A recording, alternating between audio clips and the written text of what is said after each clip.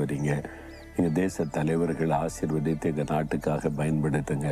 அவங்களுக்கு நல்ல இறுதியும் கொடுங்க. சுயநலத்தை எடுத்து போடுங்க. பண ஆசையை எடுத்து போடுங்க. இந்த லஞ்சம் ஊழெல்லாம் பண்ணாமல் நாட்டுக்கு நல்லது செய்கிற நல்ல இருதயத்தை கொடுங்க.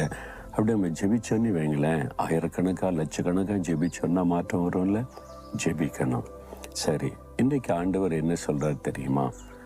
மத்தேயு 6:8 இயேசு சொல்லுகிறார், உங்களுக்கு இன்னது தேவை என்று உங்கள் பரமபிதா அறிந்திருக்கிறார். நம்ம ஜெபம் பண்ணும்போது யாரை நோக்கி ஜெபிக்கிறோம்? பிதாவை நோக்கி. அவர் தான் சர்வலோகத்தின் ஆண்டவர். இயேசுவின் நாமத்தில் அவரை நோக்கி ஜெபிப்பது. என் நாமத்தினாலே பிதாவை வேண்டிக் கொள்ளுங்கள் சொல்கிறார். இயேசுவின் நாமத்தில் பிதாவே நாங்கள் ஜெபிக்கிறோன்னு சொல்லணும். அப்படி ஜெபிக்கும்போது அவருக்கு எல்லாமே தெரியும். நீங்கள் ஜெபிக்க ஆரம்பிக்க முன்னாலே நீங்கள் எதுக்காக ஜெபிக்க போகிறீங்க அப்படின்னு அவருக்கு தெரியும். இப்போ உங்களுக்கு என்ன தேவை அவருக்கு தெரியும்.